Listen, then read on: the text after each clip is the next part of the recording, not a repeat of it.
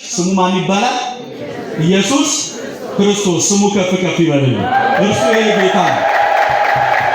ይሄ ጌታ ነው የምናመልከው። ይሄን ጌታ አምልከን ይሄን ጌታ አምነን ይሄን ጌታ አክብረን ነው የምንመለሰውና ይሄንን የሚያከብር በዚህ ጌታ የሚጠራ ስሙ ክርስቲያን የተባለ ማንኛውም ማህበረሰብ ስጋት የሚሆንበት ነገር የለው። ስጋት የሚሆንበት አንዳች ጉዳይ የለው። በዚህ በማቴዎስ ወንጌል ምዕራፍ 10 ቁጥር 16 ጀምሮ ያለውን የእግዚአብሔርን ቃል ቤታችሁ አንብቡት። እኔ ቁጥር 28 ላይ ያለውን ቃል አነሳና እንማማራለን። ብዙ ጊዜ በተለያየ መልኩ ሰምተነዋል። የፉከራ ቃልም አይደለም። ራሱ ባለቤቱ ጌታችን ኢየሱስ ክርስቶስ ደቀ መዛሙርቱን ቅዱሳን ሐዋርያቱን ባስተማረበት ጊዜ የገለጠው የተናገረው ቅዱስ ቃል ነው። እንዲህ ነው የሚለው ስጋችሁን የሚገሉትን አትፍሩ ካለ በኋላ ስጋንም ነፍስንም እኩል በገሃነም የሚገለውን የሚያጠፋውን እርሱን ፍሩት ይላል። የትምህርታችን የዘርስ የምናደርገው እርሱን ፍሩት የሚለውን ነው። ከኔ ጋር ናችሁ? ማንን ፍሩት? እርሱን ፍሩት። እርሱ ማን ነው? ከፍ ይበል ስሙ። እርሱ ማን ነው? እርሱ እግዚአብሔር ነው። እርሱ ሰማይን ያለ ምሰሶ ምድርን ያለ መሰረት ያጸና እግዚአብሔር ነው። እርሱ እኛን ከአራት ባህሪያት እሳትንና ነፋስን ውሃንና አፈርን በውስጣችን አስማምቶ የሕይወት እስትንፋስን እፍ ብሎ የፈጠረን ስሙ ማን ይባላል? እግዚአብሔር። እርሱ በምድር ላይ ያሉትን ሁሉ የሚታዩትን ጥቃቅኖቹንም ግዙፎችንም ይሁን ብሎ በቃሉ ብቻ በመናገር የፈጠረ እግዚአብሔር እርሱን ፍሩት ይላል ቃሉ። ጌታችን ይሄንን ቃል የተናገረው ደቀ መዛሙርቱን ቅዱሳን ሐዋርያቱን ለወንጌል አገልግሎት ወደ ዓለም ሁሉ እንዲሰማሩ ወደ መንደር ሁሉ እንዲገቡ ወደ የአካባቢው ሁሉ ሄደው እንዲያስተምሩ ትእዛዝን ሲሰጣቸው የተናገረው ቃል ያስተማረው ቃል ነው። ከላይ ጀምሮ እንዴት ያለ መከራ እንደሚገጥማቸው ወደ የት እንደሚልካቸው ይነግራቸዋል። እንዴት ወዴት እንደሚልካቸው ሲነግራቸው እነሆ እኔ እንደ በጎች በተኩላዎች መካከል እልካችኋለሁ ይላል። በግ ሲሰማራ ወይም በግ ባለበት ቦታ ላይ ተኩላ፣ ፍየል ባለበት ቦታ ላይ ነብር፣ አህያ ባለበት ቦታ ላይ ጅብ አይጠፋምና እንዲሉ አለው። በዚያ ቦታ ላይ እንደ በጎች በተኩላዎች መካከል እልካችኋለሁ። በጣም የሚገርመው ተኩላ ከበግ ጋር በግን የሚያጠቃበት አንደኛው ማጥቂያ ስልቱ መልኩ ማንነቱ ከበግ ጋር መመሳሰሉ ከበግ ጋር ይመሳሰላል። ስለዚህ እልካችኋለሁ ካለ በኋላ ያጠፏቸዋል፣ ይገሏቸዋል። እናንተን መግደላቸው እናንተን ማጥፋታቸው አምላካቸውን እንዳገለገሉ እስኪሰማቸው ድረስ ሐሴትና ደስታ እያደረጉ እንዲህ ያደርጋሉ። ነገር ግን አትፍሩ። እነርሱ ሊገሉ የሚችሉት ሊያጠፉ የሚችሉት ስጋን ስለሆነ ስጋንም ነፍስንም እኩል የሚገለውን የሚያጠፋው የነፍስም የስጋም ቤዛ የሆነውን እርሱን እግዚአብሔርን ፍሩት ብሎ ተናገረ። የእግዚአብሔር ልጆች በምድር ላይ የሚያስፈራን የሚያስጨንቀን ብዙ ነገር ሊኖር ይችላል። በተለይ የስጋችን ጉዳይ በተለይ ጭንቃችን ጉዳይ ብዙ ነገር ያስፈራል። አዎ የሚሰማው ያስፈራል፣ የሚታየው ያስፈራል። እያንዳንዱ ነገር የሚዲያ መስኮቻችን ወይም ደግሞ ሚዲያዎቻችንን ስንከፍት ደህና ነገር አንሰማ። አሰቃቂ ነገር፣ የጭካኔ ነገር፣ የጥላቻ ነገር ነው የምንሰማው። የክፋት ነገር ነው የምንሰማው። አባት እናት ልጁን ገደለ፣ ልጆቹንና ሚስቶቹን አረደ፣ እናት ልጆቿን ገላ ባሏን አርዳ፣ እንደዚህ የሚባሉ ጉዳዮችን የምንሰማው። አለፍ ሲባልም በዚህ በሚደረገው ጦርነት እንዲያክል ሰዎች ንጹሃን ሞቱ የሚባል ነው። በተለይ ደግሞ እቺ ነገር አለች፣ ንጹሃን የሚባል ቆሻሻ ማን ነው? የቆሸሸ ነፍስ ማን ነው? ንጹሃን የሚባለው እንዴ? ማንስ ቢሆን እንደው ሌላ ወታደሩስ ቢሆን እንዴት ይሙት ይባላል? አሁን ሙት የሚባል ይሙት ተብሎ የሚፈረድበት የሰው ዘር አለ ወይ? ክርስቶስ የሞተልን ሁላችን ከሞት ተለይተን በሁላችን ላይ ያለው የሞት መውጊያ የሞት ቀንበር ተሰብሮ ሕይወትን እንድናገኝ በሕይወት እንድንቆም ማንም እንዲሞት የእግዚአብሔር ፈቃዱ አይደለም። የእግዚአብሔር ፈቃዱ የአምላካችን ሐሳቡና ፈቃዱ ሁላችን ከእርሱ ጋር በሕይወት እንድንኖር ሁላችን ከእርሱ ጋር ያው በዘላለም ሕይወት ያው በዘላለም ቅድስና ያው በዘላለም ክብር እንድንኖር የአምላካችን እግዚአብሔር በጎ ፈቃዱ ነው። ይሄ በጎ ፈቃዱ በሁላችን ይደረጋል። ይሄ እግዚአብሔር ፈቃድ ነው። ዓለም ሁሉ እንዲድን አንድያ ልጁን እግዚአብሔር ላከው ይላል። ማን እንዲድን? ማን እንዲድን? አንዳንድ ጊዜ አንዳንድ ስግብግብ ሰው አለ። የሆነ ነገር መሬትንም የኔ ገንዘብንም የኔ ልብስንም የኔ ማለት የለመደ ሁሉ ኢየሱስንም የኔ ብቻ የኔ። ኢየሱስ የኔ ብቻ አይደለም፣ ያንቺ ብቻ አይደለም፣ ያንተ ብቻ አይደለም፣ የሁላችን ደግሞ የዓለም ነው። እውነቱ ይሳሰብ የለማ መጽሐፍ ያንተ ብቻ ያንቺ ብቻ የሚል የለም፣ አልተጻፈም። ራሱም አልተናገረም፣ ሐዋርያትም አላስተማሩም። የሁላችን የኛ የሆነ ሁሉን የፈጠረ ሁሉን ያዳነ ለሁላችን የሞተ ኢየሱስ ክርስቶስ የሚባል አምላክ አለ። የተባለ የምናምነው ደሙን አፍስሶ በደሙ ቤዛነት የተቤዠ እንድንበላው እንድንጠጣው በልተነው እንዳንራበው ራሱን የሰጠ እኔን ብሉኝ አለ። ጠጥተነው እንዳንጠማ እንድንረካ የእርካታ የውሃ ምንጭ የሆነ የሕይወት ውሃ ምንጭ ከኔ ዘንድ አለ እንዳለ የሕይወት ውሃ ምንጭ ሆኖ ይመጣል ኢየሱስ ክርስቶስ ይባላል። እያንዳንዳችን ከጠፋንበት የፈለገ ከወደቅንበት ያነሳል። የራቅንበት ቦታ ላይ የተናቅንበት ቦታ ላይ መጥቶ ወገን ይሆነ በተለያየ መልኩ ሰዎች በራቁን ሰዓት ላይ እየፈለገን ይመጣ በዘፍጥረት ምዕራፍ 3 እና ዮሐንስ ወንጌል ምዕራፍ 4 ላይ ያለው ታሪክ ይመሳሰልብኛል። ዘፍጥረት ምዕራፍ 3 ላይ አዳም ጫካ ውስጥ ኃጢአት ሰርቶ ራቁቱን ሆኖ ሲደበቅ እግዚአብሔር አዳም የት ነህ እያለ እየፈለገው መጣ። በጫካ ውስጥ አዳምን የፈለገው ጌታ ደግሞ ሰው ርቧት ሰው ጠምቷት የሰው ጥማትና የሰው ፍቅር ጥም እያለባት ግን ውሃ ለመቅዳት በውሃ ጥም የሰው ፍቅሯን ማርካት የሚመስላት አንዲት ምስኪን የተራበች ከሰዎች የተገለለች በሰዎች መካከል እየኖረች የገዛ ወገኖቿ ሁሉ ያራቋት የገዛ ወገኖቿ የማይቀበሏት የገዛ ዘመዶቿ ወዳጆቿ የሚሏት ወዳጆቼ የምትላቸው ሰዎች ሁሉ ለሰላምታ የከለከሏት ገና ሳይዋት ፊታቸውን አጥቁረው ምራቃቸውን ተፍተው መንገድ ቀይረው የሚጠሏት አንዲት ሴትን እየፈለገ በጠራራ ፀሐይ ሴቲቱ ሰው አለየኝ አላየኝ ምክንያቱም ሰው አየኝ አላየኝ የምትለው እሷ ሰዎችን ተጸይፋለች። የሰዎች ስድብ ግን መሯታል፣ ሰልችቷታል። ሰዎች ባዩዋት ቁጥር ይሰድቧታል፣ ባዩዋት ቁጥር ይተኩባታል። ባዩዋት ቁጥር ከሰዎች የምታነበው ጭላት በፊታቸው የምታየው ከአንደበታቸው የሚወጣው ስድብ ጆሮዋን አድክሞታል። ከፊታቸው የምታየው የጥላቻ ፊት ደግሞ ማንነቷን አእምሮዋን እጅግ ሰብሮታል። በዚህ መካከል የነበረችዋን ሴት በሰዎች መካከል ከሰው ተለይታ የሰው ፍቅር አታ የነበረችዋን ሴት እየፈለገ ጌታችን ኢየሱስ ክርስቶስ መጣ። በዚህ አይነት ፍለጋ ስንቶቻችንን ፈለገ? በዚህ አይነት መፈለግ ስንቶቻችንን ከወደቅንበት አነሳ? እያንዳንዳችሁ ትላንትናችሁን ተመልከቱ። እያንዳንዳችሁ ትላንት የነበራችሁበትን ነገር አስቡ። የተጠላችሁበትን፣ የተናቃችሁበትን፣ ባዶ የሆናችሁበትን፣ ዞር ብላችሁ ሰው ለማየት ያፈራችሁበትን ጊዜ፣ ቀና ብላችሁ ሰዎችን ለማናገር ለመጠየቅ የፈራችሁበትን፣ አንደበታችሁ የተሳሰረበትን፣ ግራ የገባችሁን የጨለመባችሁን ጊዜ አስቡት። ያን ጊዜ ግን ክርስቶስ ፊት ለመቆም አላፈራችሁም። በፊቱ ለመቆም ያላሳፈረን ጌታ ክብር ይግባው። አክብሩት። እርሱ በጨለማዬ ደርሶልኛል የሚል በመከራዬ ደርሶልኛል፣ መጥቶልኛል፣ በወደቅኩበት አንስቶኛል፣ በተራኩበት አክብሮኛል የሚል ምስጋና ለክብሩ ምስጋና ያቀርባል። ለክብሩ ለስሙ ስንት ነገራችን ላይ ደረሰ። ስንት ነገራችን እንዲህ ያደረገ ጌታ ደቀ መዛሙርቱን ሐዋርያቱን ወደ ዓለም ሁሉ ሄደው ወንጌልን እንዲሰብኩ የምስራቹን የሕይወትን ወንጌል እንዲናገሩ ሲነግራቸው የሚደርስባቸውን መከራ አስቀድሞ ያውቃል። ዘእንበለ ንስአሎ ይሁ ፍትወተነ እንዲል ሳንለምነው የሚሰጠንን የሚያውቅ ጌታ ሳንለምነው የሚያስፈልገንን የሚያውቅልን የሚሰጠን አባት የእግዚአብሔር ልጆች ነጋችንን እሱ ያውቃል። እውነት ወይስ ሐሰት? ነጋችንን እኛ አናውቅም። የልጆቻችንን መጻኢ ዕድል መወሰን አንችልም። ያው እኛ ጅልነታችን ስለማይለቀን ከኔ ጋር ናችሁ። እግዚአብሔር ከሁላችን ጋር ነው። አይ ነው ሌላ ነገር እያሰባችሁ ወደ ሌላ እንዳትሄዱ ብዬ እዚሁ እግዚአብሔር ከሁላችን ጋር ነው። አሁን የእርሱ ሰዓት ነው፣ የእርሱ ጊዜ ነው። የሽሮ የሽንኩርቱ የጤፉ የጨው የምናምን የቡናው ምናምን ነገሮች እዛ ይቆየን። አሁን የማን ጊዜ? የእግዚአብሔር። እስኪ እንስማው። ስንቴ ሰማን እሱ ስንቴ አደመጠን። እስኪ አሁን ደግሞ እናድምጠው፣ ቃሉን እንስማው። የእግዚአብሔር ልጆች እኛ ጅልነታችን ስለማይቀር ለልጆቻችን ነገን የወሰንላቸው ይመስል ለልጆቼ እንዲያርጌ ለልጆቼ እናሳይቼ ማን ሆነስ ለልጆቻችን ያሳየነውን ነገርማ እኮ በትውልዱ እያየነው ያደረሰውን ነገርማ እያየነው ነው። የእግዚአብሔር ልጆች እኛ ማሳደግ አንችልም። እስኪ ወላጆች እንደዚህ በሉ፣ እኔ በሉስ ከራናችሁ ገና ለገና የምናገረው ነገር ምንድነው ይመስል እኔ በሉ ማሳደግ አንችልም።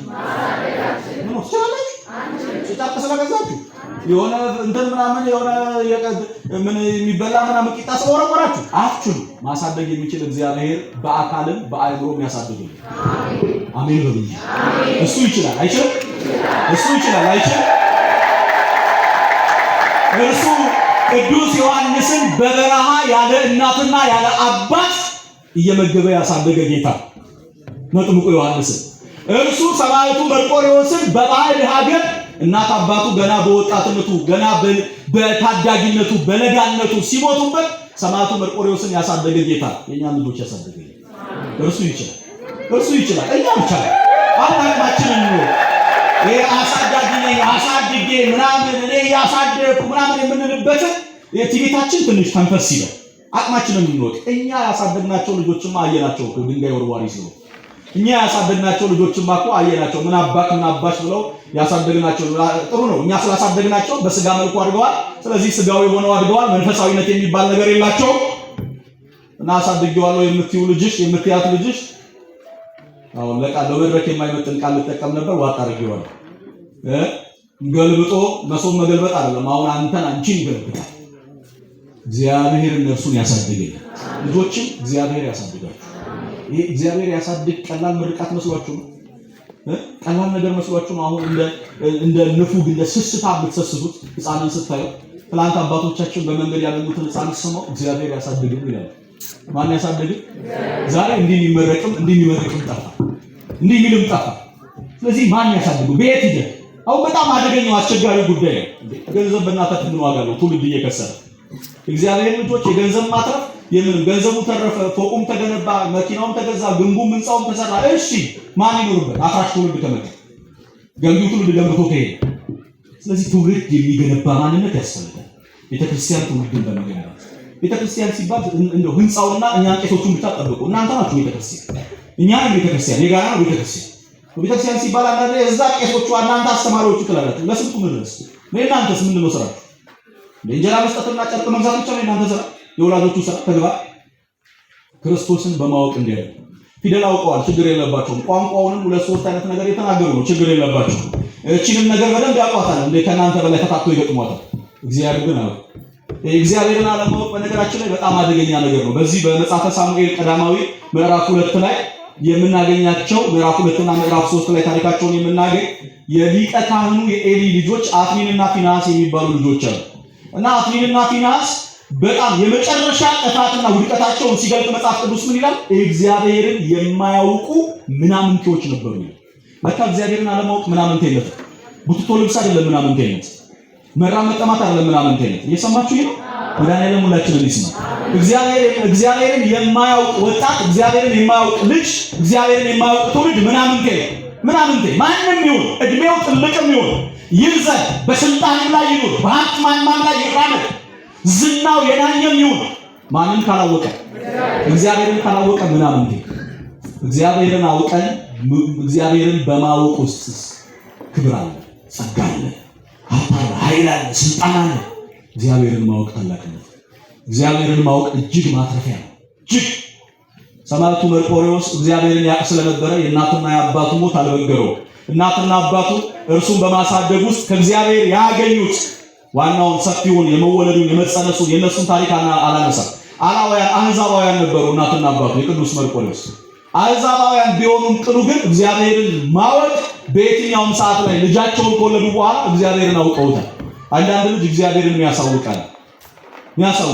የአንዳንድ ትዕቢተኛ ወላጅና አባት በቃ እኔ ሁሉ ሞልቶልኝ ምን ጎደለበት ምናምን የሚል ልጁ ሲታመምበት ምናልባት እግዚአብሔርን ያውቃል አንዳንዴ ልጆቻችን መታመማቸው እግዚአብሔር ስለሌለ ሳይሆን እኛ እግዚአብሔርን ሳናውቅ ቀርተን ቢሆንስ እስኪ በእንደዚህ አይነት መልኩ በዚህ አይነት ሁኔታ በልጆቻችሁ የምትፈተኑ ሰዎች እግዚአብሔርን አላወቁም አውቃለሁ ብላችሁ ራሳችሁን ጠይቁት የእናንተ ትዕቢት የእናንተ ድንዳኔ በጸና ቁጥር የእግዚአብሔርን እጅ የእግዚአብሔርን ክንድ ይጸናል ፈርዖን ትዕቢቱ በጸና ቁጥር እግዚአብሔር ይጸና ነበር እግዚአብሔር ደግሞ ኃያል ነው እርሱን ታግሎ ማን ያሸንፋል ከእርሱ ጋር ታግሎ ማን ይችላል ማን የት ሊደርስ ይችላል ሰማዕቱ ቅዱስ መርቆሬዎስ ሲወለድ በእርሱ መጠመቅ እናትና አባቶቹ እግዚአብሔርን አገኙት እግዚአብሔርን አወቁት ከዚያስ እግዚአብሔር በእነርሱ ላይ ያለውን ጸጋ እየጠበቁ የሰማዕቱ የቅዱስ መርቆሬዎስ አባት በኋላ ከክርስትና በኋላ ስሙ ኖህ ተብሎ ተጠርቶ ታላቅ የጦር አበጋዝ ሆኖ የሚፈራ ጀነራል ሆኖ ኖረ እግዚአብሔርን ስላወቀ እግዚአብሔር ከእርሱ ጋር ስለኖረ አገር ዳር ድንበርን እየጠበቀ ጸና እርሱና ሚስቱ ሲያልፉ መርቆሬዎስ ብቻውን ቀረ ታዳጊነቱ ግን እናትና አባቶቹ ከምንም ነገር በላይ እግዚአብሔርን አትርፈውለታል እግዚአብሔርን አውርሰውታል እግዚአብሔርን ሰጥተውታል እግዚአብሔርን አሳውቀውታል ስለዚህ ባወቀው በእግዚአብሔር እርሱም የአባቱን ፈለግ ተከትሎ ነዳያንን እየመገበ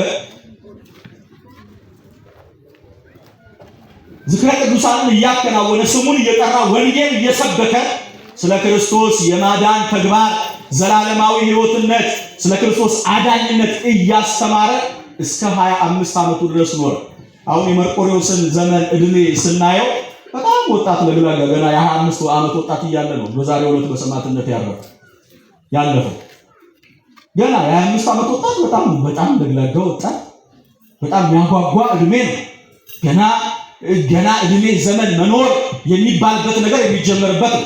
ታውቃላችሁ መቼ 25 ዓመት የሚባለው ምን አይነት ወጣትነት ጊዜ እንደሆነ። በዚህ ጊዜ ግን ሰማዕቱ ቅዱስ መርቆሬዎስ እስከ 25 ዓመቱ ላይ 25 ዓመት ኖሮ 70-80 ዓመት ከኖሩት በላይ ታሪክን ሰርቶ አልፏል። ማንን ስለሚያውቅ? ማንን ስለሚረዳ? የማን ወንጌል ሰባኪ ስለሆነ? የክርስቶስ የእግዚአብሔር ወንጌሉን ሰባኪ ስለሆነ፣ የምስራቹን ተናጋሪ ስለሆነ ወሬ የሚያወራ በወጣትነቱ ላይ ልክ ገና በለጋ እድሜው ላይ ገና በወጣትነት በአስራዎቹና 20ዎቹ ጅማሬ ላይ ቁጭ ብሎ እንትን ጠርሙስ እያጋጨ ወሬ የሚያወራ አይደለም። ሰማዕቱ መርቆሬዎስ ቁጭ ብሎ ቡና እያፈላ ወሬ የሚያወራ ስጋ የሚቦጭቅ አይደለም። ሰማዕቱ መርቆሬዎስ በ25 ዓመቱ ወንጌል የሚሰብክ የወንጌል ሰባኪ የሚጾም የሚጸልይ የሚያስቀድስ የሚቆርብ በ25 ዓመቱ ላይ ቤተ እግዚአብሔር የሚሄድ የእናት አባቱን ተዝካር የሚያወጣ ስጋው ደግሞ የሚቀበል የሚቆርብ። ዛሬ 25 ዓመት ሲሆን ቁረብ ሲባል ያስነጥሳል። ዛሬ ምን 25 ዓመት 15 ዓመት ከሆነ በኋላ እናንተም በጣም ብዙ ጊዜ እቺን ነገር ደጋግሜ እናገራታለሁ፣ ወደፊትም ገና ደጋግሜ እናገራለሁ። ልክ ገና 15 ዓመት ምናምን ሲሞላ በቃ በጣም አዋቂዎች ስለሆናችሁ ጎበዞች ስለሆናችሁ ልጆቻችሁን ወላጅ ተብዬዎቹ በቃ ከዚህ በኋላ እንዳትቆርቡ ትላላችሁ። በጣም ጀግኖች አይደላችሁ እንዴ? እንጀራ ማን ነው ስጋው ደግሞ ትከለክሏቸዋላችሁ። ከዛ በኋላ ሌላ ነገር ይቀጥሉላቸዋል። ቁርባን ትከለክላላችሁ፣ ውሸት ይቀጥሉላቸዋል። ቁርባን ታስቆማቸዋላችሁ፣ ጫት ይጀምሩላቸዋል፣ ሺሻውን ይጀምሩላቸዋል። ስለዚህ በርቱ፣ በደንብ አስቁም ጎበዞች፣ አስቁም። ልክ ገና በቃ ከዚህ በኋላ አንቺ ዴና ምንድን ነው የምትቆርቡ? ደግሞ አንዳንድ በጣም አዋቂዎች አላችሁ የራሳችሁ ልጆች ከልክላችሁ አብቀታችሁ ሌላ እንደው በስንት ፍለጋ በስንት እንትን ወላጅ በስንት ትግል እንዲቆርብ የላከው ልጅ አንቺ በዚህ እድሜሽ እንድትቆርብ ያለሽ በቃ ተይ እንጂ ብላችሁ የምትመክሩ ጥሩ መካሪዎች፣ ቤተክርስቲያን የምታውቁ በጣም አውቃችሁ ሞታችሁ እናንተ ማትቆርቡ። ሰይጣን እንዴት ነው የሚጫወትብን ጎበዝ? እንዴት ነው እንትን የሚልብን? እሺ ልጆቹን ቁርባን አስቆማችሁ፣ ከዛ ምን ይቀጥሉ? ምን ይሁኑ? ቁርባን ቆሙ፣ ከዛስ ክርስትና ቆሞ መልሱ ይቆማል። እሺ ቁርባኑ ቆሟል፣ እንጀራውስ ተሻሽሎ ቀጥሏል። ግማሽ የነበረው ወደ ሙሉ አድጎ በሰው እየተገለበጠ አድጎ ከዛ በኋላ ቁርባን ሲባል በቃ እኔ እኮ አልቆርብም። ለምን እናቴ ከልክላይ? በጣም መታቀናትሽን ሲከለከለሽ አንቺ ዝም ብለሽ ቁረቢ፣ ሂጂ ንስሐ አባት ጋር ሂጂ ካህን ጋር እንዲህ በድያለሁ ልቁረብ በይ። እናት አባታችሁን አትስሙ ልጆች፣ በዚህ በቁርባን ጉዳይ ምን ቀራላችሁ? ደግሞ የስላችሁ በሌላም ነገር አልሰማም አትስሙ ብሏላችሁ፣ ደግሞ ቀጥሏላችሁ። እኔ በቁርባን ጉዳይ ነው አትቁረቡ የሚሏችሁን እናትና አባት እንዳትሰሙ። ማን ያለው? የትኛው የቤተክርስቲያን አባት? የትኛው የቤተክርስቲያን መጽሐፍ? የትኛው መምህር ነው እንደዛ ያለው? እንዴት ነው የምናስበው? በአንድ በኩል እነ ቅዱስ መርቆሬዎስ አባቶቻችን ናቸው፣ የእምነት የሃይማኖት መሪዎቻችን ወይም ደግሞ የሃይማኖት አርአያዎቻችን ናቸው እንላቸዋለን። እነ ቅዱስ ጊዮርጊስ እነ ቅድስት አርሴማን እናቶቻችን እንላቸዋለን። እንደ ቅድስት አርሴማ እኮ እናትነት ቢባል እኮ እድሜዋ ለእናትነት የደረሰ እኮ አይደለም፣ ወጣት እኮ ነች። እሷም ገና መኖር ባለባት በለጋ እድሜዋ እኮ ነው እሷም ሰማዕት የሆነችው ለክርስቶስ ምስክር የሆነችው። ግን በዛ እድሜዋ ገዳም ገብታ እንደውም የእርሷን ነው ሌላ ቀን እርሷ ላይ መድረስ በጣም ከባድ መንና ሄዳ ዓለሙን ንቃ የምትኖር ናት። ወንጌሉን እየሰበከች ቅዱስ ሥጋውን ክቡር ደሙን እየተቀበለች የማትቆርቢ አንቺ እንዴት የሰማዕቷ ልጅ ልትሆኚ ትችያለሽ? የማትቆርብ አንተ እንዴት ከሰማዕቷ ልጇ ልትባል እንዴት ይችላል? በስም እንዴት ይሆን? እባካችሁ ወላጆች ብቻ እናንተም ልቦናችሁን ሰብሰብ አድርጉና ወደ ቁርባን፣ ካልሆነ ግን የእናንተን አለመቁረብ ለልጆቻችሁ አታውሩሱ። እየሰማችሁ ነው? ምን ነው ይሄን አሰማል? እየሰማችሁ ነው? እግዚአብሔር ከሁላችን ጋር ነው። ባትሰሙ ምን ይናገራል? ደግሞ የእናንተን አለመቁረብ ለልጆቻችሁ አታውሩሱ። ቂም ያወራሳችኋችሁ ይበቃል። ጥላቻ ያወራሳችሁት ይበቃል። ሌላው ነገር ይበቃል። ክርስቶስን ከልክላችኋቸው እንዴት? ስጋው ደሙን መከልከል ማለት ነው ክርስቶስን መከልከል ማለት ነው። ክርስቶስን የተከለከለ ትውልድ እንዴት ይባረካል? እንዴት ይቀደሳል? እንዴት ይነጻል? እንዴት? በፍጹም አይሆንም። በፍጹም ሰማዕቱ ቅዱስ መርቆሬዎስ እግዚአብሔርን በመፍራት ከ20 ዓመቱ ጀምሮ እስከ 25 ዓመቱ ድረስ ገና ከወጣትነቱ እናትና አባቱን ያጣው ገና በአስራዎቹ ነው። ከዛ ጊዜ ጀምሮ የአባቱን ፈለግ በመከተል እግዚአብሔርን ወንጌል በመስበክ የኖረ ታላቅ ሰማዕት ነው። በኋላ በንጉሱ አዋጅ ታወጀ፣ ክርስትና ወንጀል ነው የሚል። በተለይ ሰማዕቱ መርቆሬዎስ የነበረበት ሁለተኛው መቶ ክፍለ ዘመን ማለት አደገኛው ዘመነ ሰማዕታት የነበረበት ጊዜ ማለት በክርስትናው ታሪክ ዘመነ ሰማዕታት የሚባለው ዘመን የነበረበት። በዚህ ዘመን ላይ ስለ ክርስቶስ መስበክ ወንጀል ነው። በዚህ ዘመን የክርስቶስን መስቀል መያዝ እጅን እንደ ሽንኩርት ያስከትፋል።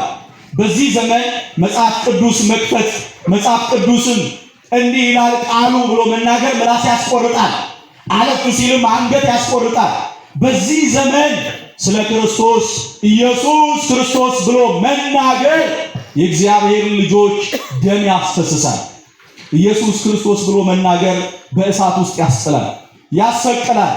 ኢየሱስ ክርስቶስ ብሎ ማውራት፣ ስለ ስሙ መናገር፣ ስሙን መጥራት አደገኛ ወንጀል ሆኖ ታውጇል።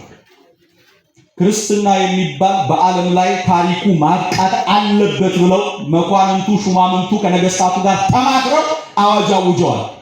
ክርስትና እንዳይሰበክ፣ ክርስቲያኖች እንዳይኖሩ፣ ክርስትና እንዳይቀጥል በቃ መጥፋት አለበት ተብሎ አዋጅ የታወጀበት ዘመን ነው። ዘመነ ሰማዕታት ሁለተኛው መቶ ክፍለ ዘመን እስከ ሶስተኛው መቶ ክፍለ ዘመን ማብቂያ እስከ ንግሥት እሌኒ ልጅ ማነው ቆስጠንጢኖስ መነሳቱ ድረስ የነበረው ዘመን ያ ዘመን በክርስትናው ላይ አደገኛ ወንጀል ክርስትና እንደ ወንጀል የተቆጠረበት ዘመን። ያ ዘመን አንገት ላይ ክር ማንጠልጠል፣ አንገት ላይ ክር ማሰር ሌላ መዘዝ የሚያመጣበት ዘመን። ያ ዘመን ስለ ስሙ መዘመር ወንጀል የሆነበት ዘመን። ያ ዘመን ክርስቲያን መሆን ክርስቶስን ማመን ኃጢአት፣ ወንጀል፣ መጠላት የነበረበት ዘመን። በዚህ ዘመን መርቆሬዎስ በውጊያ ፈረሱ ላይ ሆኖ የክርስቶስን ወንጌል ይሰብካል። በዚህ አዋጅ ታውጇል፣ እሱ ወንጌል ይሰብካል። በዚህ ነገስታቱ በፍጹም ስሙን እንዳጠራ ይሉታል፣ እርሱ ግን ይሄዳል። ምክንያቱም ስጋን የሚገሉትን ነፍስን መግደል የማይቻላቸው እናትበሉ አትፍሩ።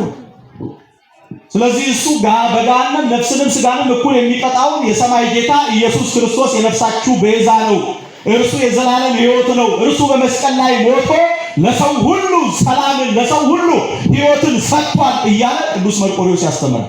ይሄን ማስተማሩን እንደ ወንጀል ቆጥረው ብዙ ነገር ያደርጋሉ። ብዙ ነገር ያደርጉታል፣ ያስሩታል። ባሰሩበት ቦታ ላይ ወስደው እሳት ከስር እያነደዱ በሚስማር ስለታም የሆኑ ሽሎች ነገር ባሉበት ቦታ ሰውነቱን እየወጉ ያቃጥሉታል። እርሱ ግን በእሳት ውስጥም ሆኖ ክርስቶስን ይሰብካል። በእሳት ውስጥም ሆኖ ስለ ስሙ ይናገራል። እየሞተ ደሙ እየፈሰሰ ከሰውነቱ የሚፈሰው ደም እሳቱን እስኪያጠፋ ድረስ ስለ ክርስቶስ ይናገራል። አባቶቻችን በእንዲህ ያለ ማንነት በእንዲህ ያለ ሕይወት የክርስቶስን ወንጌል አቆይተዋል። የአባቶቻችን በረከት በሁላችን ይደረግ። የክርስቶስን ወንጌል እንዲህ እያደረገ ሰብኳል። በመጨረሻ ህዳር 25 ቀን አንገቱ ስለ ክርስቶስ መስበክ ካላቆምክ ሕይወትህን እኛ እናቆማለን፣ ወይም ስለ ክርስቶስ እንዳትናገር አንተ ማቆም ካልቻልክ እኛ እናቆማለን ብለው አንገቱን በሰይፍ ቆርጠው በዛሬው ዕለት በሰማዕትነት አልፏል። በረከቱ በሁላችን ይደረግ። ይሄን ሰማዕት ስንዘክር የክርስቶስን ወንጌል ማሰብ እርሱን በሰማዕትነት አንገቱን ቆርጠውታል። ነፍሱንስ ይቻላል? ቅድም መዘምራኑ ሲዘምሩ የሰማነው ባስልዮስና ጎርጎርዮስ እየጸለዩ ታስረው እነርሱም በዚህ ዘመን ላይ በሰማዕትነት በዚህ በዘመነ ሰማዕታት በመከራው ዘመን ላይ ታስረው በእስር ቤት ወንጀል ሆኖባቸው የክርስቶስን መስበክ ማስተማር እንደ ኃጢአት ተቆጥሮባቸው ታስረው በነበረበት እስር ቤት ውስጥ በቅዱስ መርቆሬዎስ ስዕል ፊት ሲጸልዩ ያ እነርሱን ያሰራቸው ንጉሥ ሲሞት እያዩ ያመሰግኑ ነበር። ከዚያ በኋላ የእርሱን ሰማዕትነት፣ የእርሱን ወንጌል መስበክ፣ የእርሱን ሐዋርያዊ አገልግሎት አንገቱን ቆርጠው ቢያቆሙትም የእርሱን በረከትና የእርሱን ቅድስና የእርሱን ጸሎት ግን ማቆም ይቻላል? በስሙ ያለውን ተአምራት ማቆም ይቻላል? ዛሬም በሀገራችን፣ ዛሬም በቤታችን፣ ዛሬም በሕይወታችን የቅዱስ መርቆሬዎስ በረከቱና ጸሎቱ በሁላችን ይደረግልን ዘንድ የታመነ ነው። በረከቱ ይደረግ። የእግዚአብሔር ልጆች በተለይ ወጣቶች ግድ የላችሁም። እናትና አባታችሁን ብዙ ጊዜ ፈርታችኋል። ትምህርት ቤት በዩኒፎርማችሁ ላይ ሌላ ነገር ስትቀይሩ አባቴ አየኝ አላየኝ ብዙ ጊዜ ደክማችኋል፣ ወጥታችኋል። ይያችሁ ምንም አያመጣም። ቢቆጣ ቢገርፋችሁ ነው። ይሄን ደግሞ ስላችሁ ምንም አያመጣም ብለሽ በፊቱ እንደፈለግሽ ነው ያሉት። አንዳንዴ የምላገረውን ነገር በደንብ ስሙ። ግድ የላችሁ። እናት አባትን ፈራ፣ ሰውን ፈራ፣ ብዙ ፈራ። አሁን ማንን እንፍራ? እርሱን ፍሩት ማለት የተባባልነው ማንን እንፍራ? እግዚአብሔርን ፈርተን እንደ ቃሉ ኖረን መንግስቱን እንድንወርስ እግዚአብሔር አምላካችን ይርዳል። ቸርነቱ በሁላችን ይኖርብን። እግዚአብሔርን መፍራት በልቦናችን ይጨመርልን። አሜን በሉ። እግዚአብሔርን መፍራት በሕይወታችን ይሁንልን። እግዚአብሔርን መፍራት በልጆቻችን ልቦና ውስጥ ይሁን። አንተን መፍራትን በልቦናችን በጎ አምልኮትን በህሊናችን ጨምር። ስጋውያን የምንሆን እኛ የስጋን ነገር እናስባለን፣ የስጋን ነገር እንናገራለን። አንተ ግን የመንፈስህን መንገድ ምራ። አሜን።